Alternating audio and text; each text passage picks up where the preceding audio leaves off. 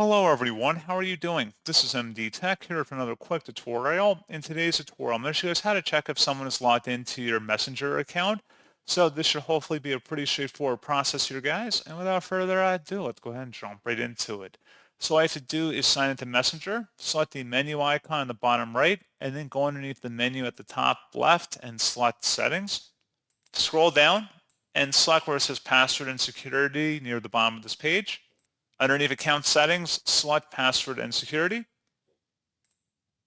and then scroll down where it says Security Checks. You can select Login Alerts and where you're logged in to see if anyone's recently signed into your device.